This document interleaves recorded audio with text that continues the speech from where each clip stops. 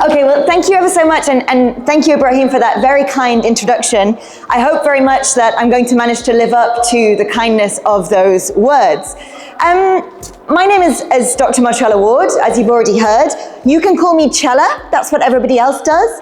I'm a writer, I'm an academic, I do a whole host of different things. But because I'm a writer, I want to share a secret with you that I know that I don't think many other people know. Do you want to hear what that is? Yes. You don't really sound like you want to hear what it is. I'll ask you again. Do you want to hear what that is? Yes. Right, okay, so the secret that I know, that I don't think many other people know, is that our imaginations, your imagination, my imagination, is the most powerful tool that we have in this world, right? You could call that imagination a weapon. You could call it a tool. You could call it a language that we use to imagine the world around us. You could call it an art form. You could say when we imagine things, what we're doing is we're painting a picture of the world in which we want to live. And because that imagination is, in my opinion, the most powerful thing we have in the world, we have to be really very careful with it, right? Because the world that we imagine doesn't stay in our minds, in our brains, doesn't stay here between our two ears. It comes out into the world, it becomes the world in which we live. And I want to try and explain to you why that is and what we can do with the fact that this tool, this imagination, is really the most powerful thing we're ever going to have. The reason that I'm going to do that is because I wrote these 3 books. I wrote some other books as well that are much more academic and boring than these, but I wrote these 3. So this one in 2017, A Journey Through Greek Myths, and then Gods of the Ancient World in 2022, and Beasts of the Ancient World in 2023. And what I was trying to do in these 3 books was I was trying to give a sense of some of the ways that imagination has shaped the world in which we live. And not imagination of people like you and me who live now, but the imagination of people who lived thousands and thousands and thousands of years ago.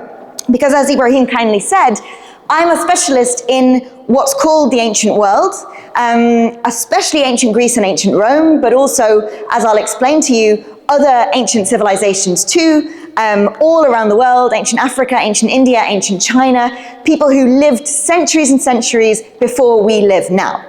And one question I'm always asked is, why? What is the point in studying all these ancient people who are long dead, these old stories that no one's told for centuries and centuries? And the answer I always give is that they show us, these stories, what imagination can do. They show us the power of the imagination. So that's what I'm going to try and demonstrate to you. Can I ask, first of all, that anybody who is sitting kind of at the back, can they come as far forward as they can possibly get? Because I want to be able to hear you as well as you can hear me. So can you try and come forward? And can you also, you don't need it right now, but can you also have your pen or your pencil and your piece of paper just somewhere nearby so that you can grab it when you need to, okay? I want to ask you a question, first of all, because when I say that imagination is the most powerful thing we have, I don't mean that the entire world has it, right? If I say to you, you and me can imagine things, I suspect you'd all agree that that's possible. If I say to you, though, trees can imagine things, or rivers can imagine things, put your hand up if you'd agree that that's the case, that trees have an imagination. Some of us, but not most of us, right? Most of us think that having an imagination is something that humans do. And this is a particularly weird thing about being a human being, right? There's something we do as humans that other animals don't do. And that's that we tell stories, right? And other animals don't. I don't know, put your hand up if you have pets at home. Any ideas? Why is it that we tell stories and cats don't? It's my most recent book. It's a book called Beasts of the Ancient World. It's a book, on the whole, for children younger than you. Right? A little bit younger. I mean, that's not to say that you couldn't read it, but on the whole, it's read by younger readers. But the reason I want to talk to you about it is because I think by analyzing these stories, by trying to make sense of why we tell stories to people younger than us, we can make sense of that question, what do stories do? So this book is a collection of different stories, as I said, from all over the ancient world. It's a collection of stories about monsters. What is a monster? Can anyone tell me? When I say that word monster, what is that? What do I mean? What kind of a thing is it? Yeah. It's a fictional beast, yeah? Anything else we know about monsters? They're fictional beasts, yeah. People fear them, yeah, very good. That's a fairly good definition of a monster, right? They're fictional beasts, people fear them. The one thing I would add to those really good definitions is they have always been there with us. I'm not arguing that you know, they're real or not real. We can leave that question aside for now. But for as long as humans have told stories, right back to the beginning of time, there were always monsters in those stories. We have always told stories about monsters. And this is a strange thing, right? Because how many of you, I'm going to ask for a show of hands again, how many of you have actually seen a monster? Not many of us, yeah? On the whole, this is an experience that only a couple of us have had. Roughly the same people among us as those whose cats tell them bedtime stories, yeah? Why do we do that? Why do we tell those stories? What's the point in telling them? And how does that connect with what I was saying before about imagination really being the most important thing that we've got in the world? I want to say one more thing about this book quickly. These two books, in fact, those two, they're Gods of the Ancient World and Beasts of the Ancient World, is that I tried deliberately in these books not to focus on Greece and Rome. I tried deliberately to think about a much bigger ancient world, because one of the problems when we think about the ancient world is if I was to ask you, don't worry I won't because we're not at school, but if I was to ask you to give me a list of all of the ancient people that you could think of, yeah, people who lived in the ancient world, you know, long before Islam comes to the world, who were those ancient people? You would likely tell me the Greeks, the Romans, the Egyptians. You might tell me the Vikings. Can anyone think of another group of ancient people? The Aztecs, the Mayans, yeah, that's a good start. But that's very few, right? In the history of this whole ancient world that we live in, nobody said the Indus Valley civilization, that's the people of ancient India. Yeah, nobody said any of the people of ancient China. So we've got this huge ancient world, and we know much more about the ancient places that later become what's now called the West than we do about the rest of the world. So that seemed to me a problem. Yeah, I wanted to do something about that. So I wrote these two books that were about trying to talk about the whole of the ancient world, the whole diversity of the ancient world, and to say, look, everybody's stories are equally valuable in terms of how we imagine this ancient world. So, with that in mind, then, let's come back to monsters. Why did I write a book about monsters? Well, I'm going to try and explain to you what I think monsters do within this tool that I began by saying is so important, that's to say, the imagination. And I'm going to do that by reading you a story. You're going to have to listen carefully to this because we're going to do some work with it afterwards. But as I said to you, this is not a book for grown-ups. Yeah, it's a book that I wrote for children probably younger than you, so you're not going to struggle to keep up with this story. It's going to be easy for you to follow, but I want you to try and pay attention to the details, and we're going to discuss it afterwards. And we're especially going to pay attention to this question: what do monsters do in terms of the way that we use that tool that is our imagination in making this world in which we live? Okay? Are you all on board with that? Are we ready for this? Okay, so listen up. The story is called The Monster of the Nile, and it's a story that comes from ancient Nubia. Does anyone know where Nubia is? If you had to guess which continent would that be? Yeah. Africa, very, very good. Can you get any closer than that? Whereabouts in Africa? Yeah, excellent, excellent. Slightly south of Egypt. Yeah, that's fantastic. Yeah, we're in ancient Africa. We're somewhere near kind of Egypt, kind of slightly south of Egypt now. Okay, so the story's called, listen up, the story's called The Monster of the Nile. It's not very long. In ancient Nubia, children learned early in their childhoods not to go near the river Nile after dark. People said that a dangerous monster named Aman-Doger lived there. They said that at night, the monster would come out and suck on the nose of any human that he could find until they died because they were unable to breathe. At every holiday festival, the people who lived by the banks of the river would leave gifts for Aman-Doger so that he would not be angry that he had been left out of their party or celebration. And sometimes Aman-Doger would give the humans something in return. There were people who said that they could see the future because Aman-Doger had dragged them into the Nile one night and given them their powers, but hardly anyone believed them. It was when Alara met one of these fortune tellers who claimed to have been given magical powers by Aman-Doger that she decided to find out for herself. Like all of the other children in Nubia, she knew that she should not go down to the river after dark, but her curiosity got the better of her. On the bank, she could see the bowls and cups full of food and drinks that the cooks of her village had left out for Amandoga. The food was still warm, and Alara thought about taking a bite herself, but she decided not to because she did not want Amandoga to be angry with her. A few steps further down the bank, Alara saw a small pile of dates and gold coins. One of the families in the village must have welcomed a new baby and left the usual offerings to Amandoga to convince him not to harm the child. She put a few of the dates in her pocket in case she got hungry later on. Alara approached the bend in the river where the water was at its deepest and crouched down on the edge. At first, she could only see her own reflection because the water was so dark, but she kept on staring into its depths until she thought she could see something moving in the mud at the bottom of the river. Two bright red dots stared back at her, and it was only when the dots started to grow larger and larger and larger that she realized that these were the eyes of Amandoga, and they were coming towards her.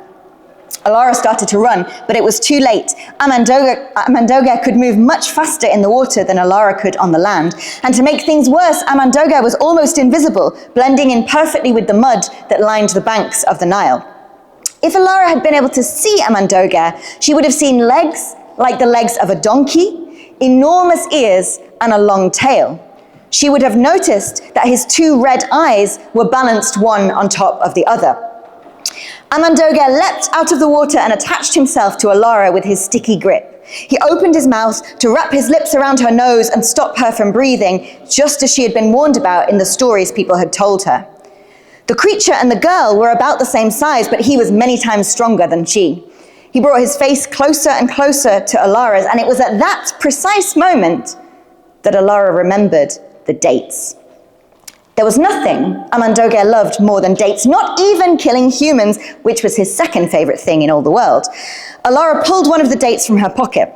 It was too dark to see, but Amandoga sniffed the air hungrily. Alara threw the fruit into the river, and Amandoga's whole body lurched towards it with such force that Alara fell backwards into the sand. The date sank to the bottom of the river, and Amandoga dived in after it. Alara did not wait to find out what happened next. She ran.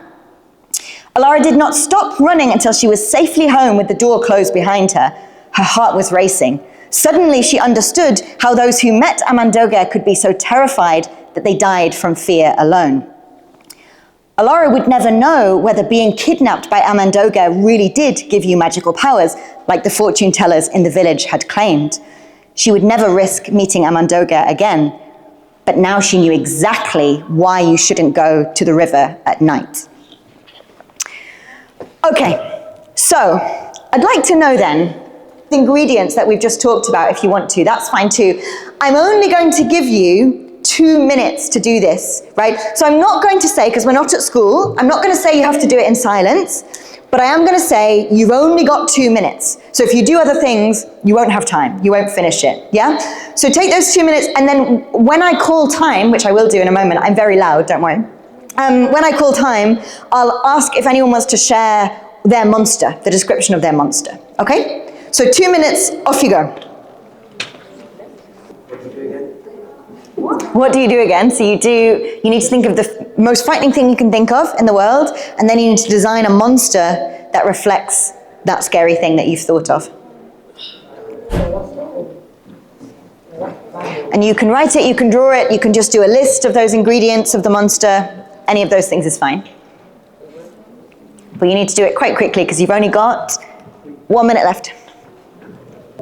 And when you're thinking about those ingredients, think about how do they really represent that fear. Because what I'm going to ask you to do is tell me about your monster, and then we're going to try to guess what it was, the fear that you were trying to represent. Okay? So really think about it. What is it that's going to indicate that fear to your readers? You've got about 30 seconds, so make your notes as quickly as you can, and then we'll take some suggestions. If I had a big ticking clock, I would let it tick around the last 30 seconds, but I don't. So. Okay, stop there, everybody. It's like in an exam, I have to say, pens down, but I don't really. Did we manage to imagine some monsters? It wasn't a very long time, but yeah, most people did. Okay, does anybody want to share the description of their monster that they came up with? Yeah, do you want to stand up so we can hear you and really loudly, folks, listen up, let's not talk at the same time. Do you want to stand up really loudly so everyone can hear you, describe your monster, and then if people want to, they're going to try and guess what that fear was that the monster was representing. Okay? Off you go. He has like a long slithering tongue. His eyes are like just a black void. He has sharp, like sticky teeth with a sinister smile. He has hidden horns. He's like well suit and tie. You see him when you're on TV. If you look in his eyes, he controls you. If you hear it, controls you. He's a robot controlled by an owner and is mass produced. He's evenly good looking as well. That you. Okay. What he says. Excellent. That's a really, really creative monster. Does anybody have any sense of what fear this monster might be representing? Yes. Sorry? Being controlled. Yeah? Is that what it is? Yeah. Like politicians. Yeah, okay. So the most frightening thing you can imagine, we think, is having your mind controlled by politicians. Is that right? Yeah, fantastic. Brilliant. Really, really great work. Anyone else want to share their monster? I know there are more monsters in this room. I'll just wait you out and see if anyone volunteers. Her name's Mariam, by the way. That was Mariam. Mariam, do you want to share your monster?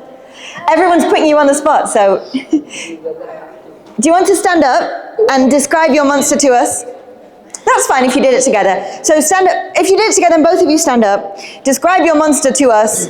Everyone's going to listen very carefully, and then listening without talking at the same time, please. Everyone's going to listen very carefully, and then we're going to try to guess what fear Mariam's monster was representing. Off you go. It has like a hooded hood, it has a black hood. Okay. You can't see its face. It's always carrying around like an axe. It just like floats around, and it's like always behind you.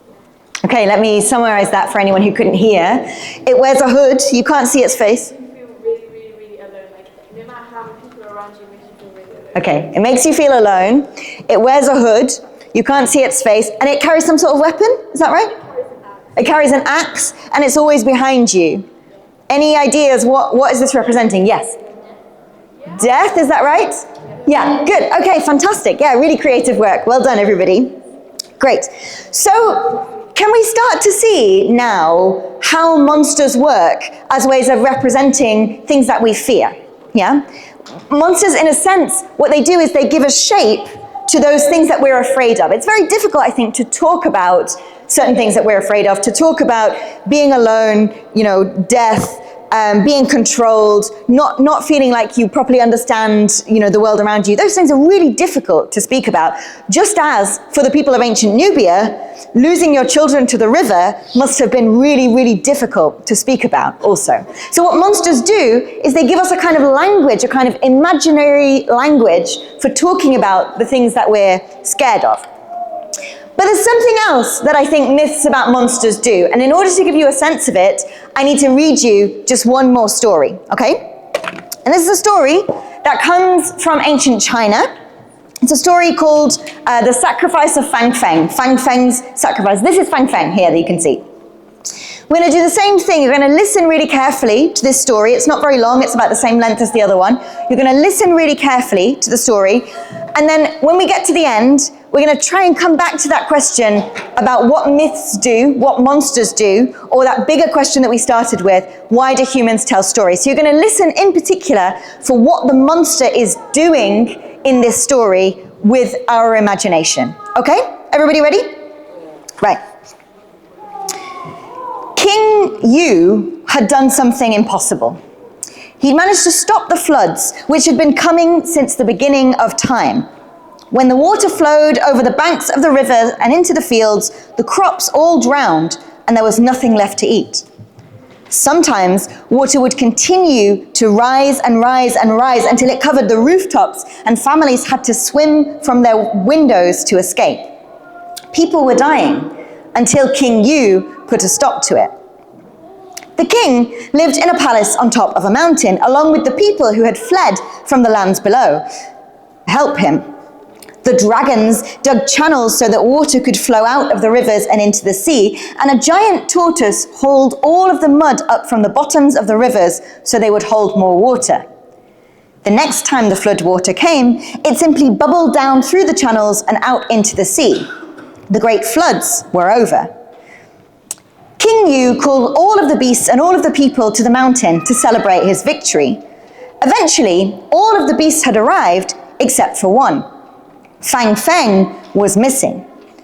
Now that King Yu thought about it, he realized that he had not seen the beast hard at work battling the flood like all the others. Hot rage began to bubble in the king's belly. Fang Feng must have disobeyed him. The king called some of the dragons to him and told them to kill Fang Feng as soon as they saw him coming up the mountain. This was the only way, King Yu thought, to punish him for his disobedience. But there was something that King Yu did not know about Fang Feng. Since the floods had started, the creature had not been seen on top of any of the 4 mountains. He'd stayed down in the valley below, helping the people who could not leave their homes because they were too frail or too poor to escape. When the floods came, Fang Feng used his huge body to keep the families who stayed in the valley from drowning. He helped them to rebuild their homes when the waters were lower again, and he helped them to find food when their crops had died. While King Yu was busying himself with the people on the mountaintops, Fang Feng had never forgotten those who did not have the privilege of being among them. But although King Yu had not seen Fang Feng's kindness from his palace, other creatures had. The cranes who flew from one mountain to another had looked down and seen Fang Feng helping the people who'd stayed in the valley. So when Fang Feng's ox ears appeared in the distance, the cranes flew around him in a circle, hiding him from the dragons that King Yu had sent to kill him. Use kind of technical terms, we could call the person who gets it wrong the antagonist, and the monster, Fang Feng, the protagonist. That's to say that the most important person in the story, the protagonist. The antagonist is the person who goes against them. You'll struggle to do that in a minute, I think. Or if you can do that in a minute, then you should be the author, not me. Wait, 1 minute? You got 1 minute to do it. Go. Shall I remind you of the things you need again? Yeah, you need a protagonist, an antagonist, a problem, a resolution, and a moral. Yeah. It doesn't have to be a monster. No, it can be whatever you want. This is the cool thing about being a storyteller, being an author, is that there aren't really that many rules. You kind of just get to make worlds up all the time. It's really good.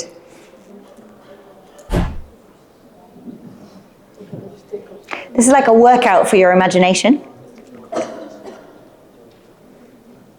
Okay, let's stop there. I won't ask you to share your stories because we haven't got time and I won't be able to hear enough of them, but you can discuss them over lunch if you want to. I'm not finished yet, so stay where you are. I'm just finished with this minute of exercise that you've just done. What you've got there is what you might call the skeleton of a story. Yeah? Or the skeleton of a myth is another way to put it. Things don't have to be ancient in order to be mythical. What you've got there is a skeleton of a story that is exactly the same kind of skeleton of a story as somebody sitting in ancient Nubia, in ancient China, in ancient Greece, in ancient India would have had. Yeah, that's the kind of basic skeleton for telling a story. And all of the stories in this book are based on these principles. So you've got all the tools you need to go and tell stories. So I want to just quickly, before I stop talking, return to this question. You see some nice ancient Egyptians there on the slide while we talk about this. To return to this question that I started with then, why do humans tell stories? Why is it that I said to you that I think that imagination is the most important tool that we have in the universe? Have you learned anything else in the last hour to add to our list of reasons why humans might tell stories? Yeah, let's have hands up, suggestions. Why do we tell stories? We got as far as because we can, because we speak. Yeah, when we first did this, but we've just talked about loads more reasons. Yes. To educate, yeah, really good suggestion. Yes. You were going to say to educate? Yes. To protect, yeah, I think that's a really good idea. To keep people safe, yeah, to protect people, to give those kinds of lessons that might help to keep people safe. Yes. To entertain, yeah, excellent. Sometimes it's just kind of fun to tell a story. Yeah, other hands. If your hand is up, can you put it like really high up so I can see it? Yeah, anything else? We've got to protect people, to keep them safe, to entertain, to educate, yeah. To teach morals, yeah, absolutely.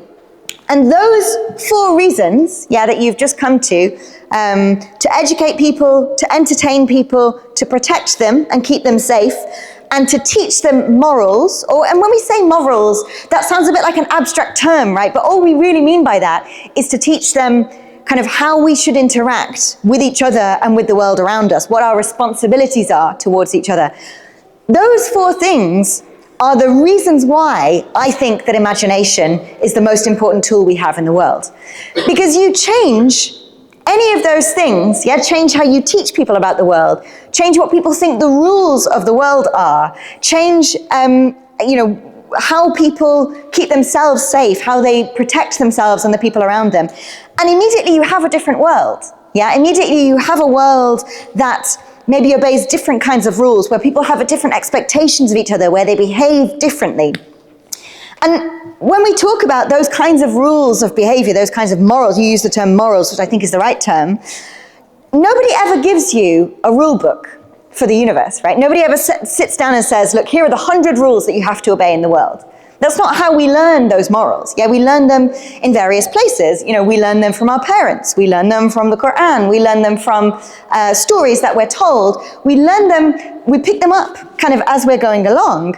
And what's really exciting for me about storytelling is that we have the opportunity to change the way that those rules work in the world. Yeah, we have the opportunity to say to people, well, actually, I don't think that this unfairness that there is in the world, or the example that Ibrahim gave, the example of politicians lying to people.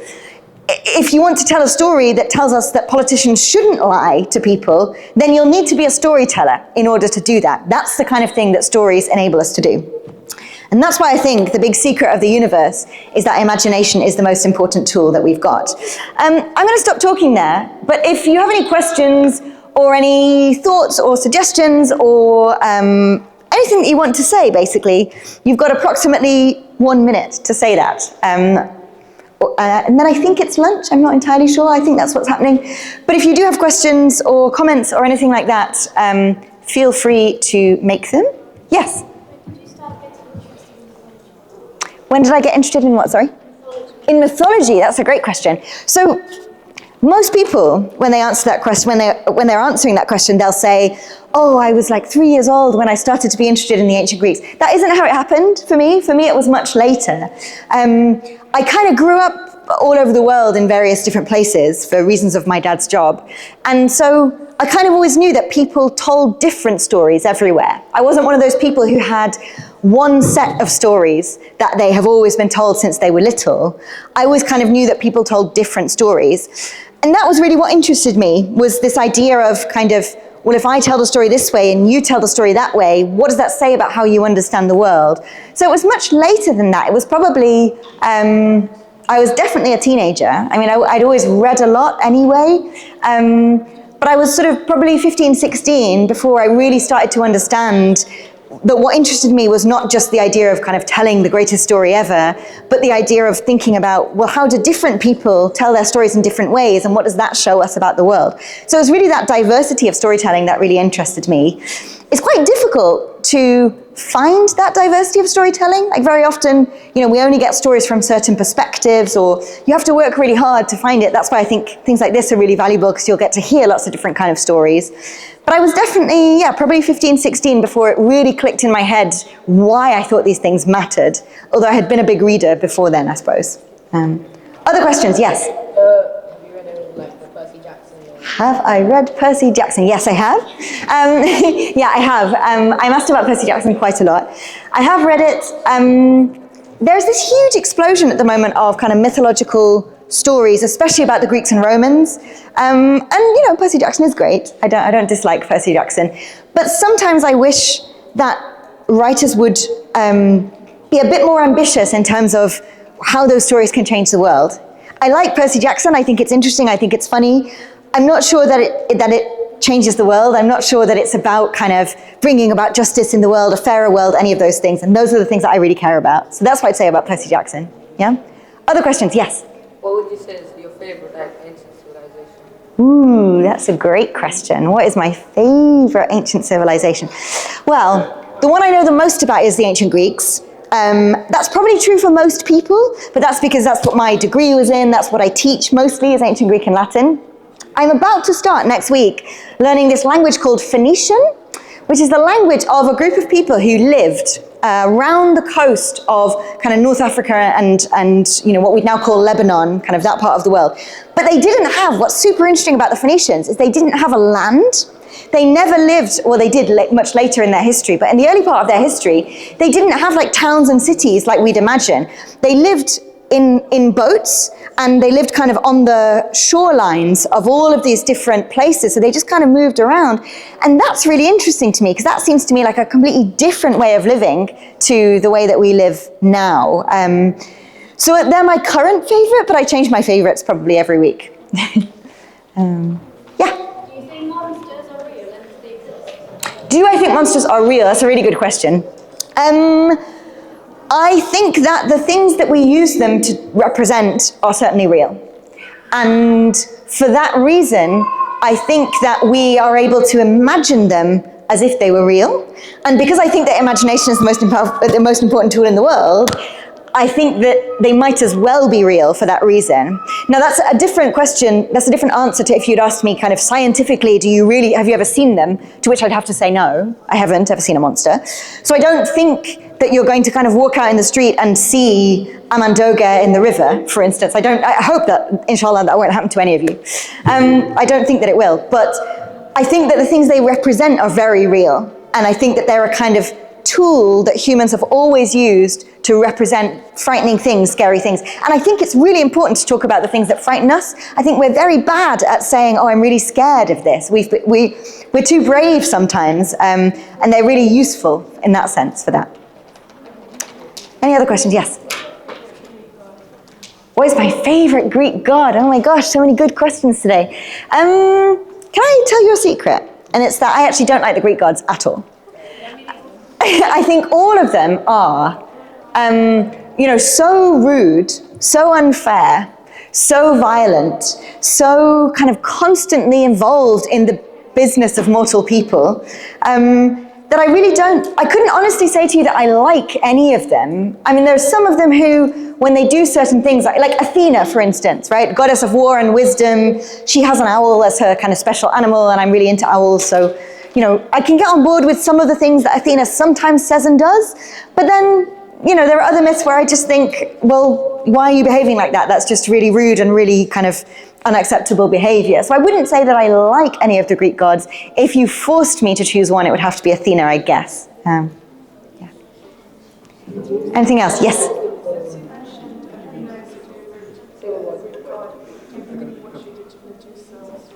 No, of course not. I mean, that's exactly what I mean. I don't think there is a single Greek god about whom I could say I agree with their principles. Not a single one. And that's sort of not the point of the gods for the Greeks. And this is, I think, a really interesting difference between the way that the ancient Greeks imagined gods and the way that, many people today whose religions have a god would imagine them. Because most people today who believe in a god believe that that god is just, and is, we could describe them the way that Allah is described as kind of merciful, just, forgiving, all of those things.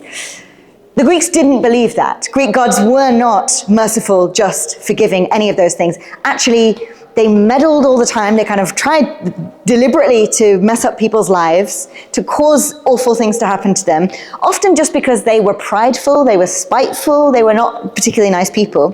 So I think that's a big difference between the ancient world and the modern world, is that in the ancient world, there was no expectation that gods were good or fair. And that's quite different, I think, to the way that most religions that people still practice today understand gods. Because most people think of gods as having some kind of principles. They did not have principles in the ancient world at all. And that's why I struggle with that question, which one is your favorite? Because I don't like any of them. Anything else, folks? Okay, good. In that case, I guess my task now is to release you for your lunch. But thank you ever so much for listening. This has been great.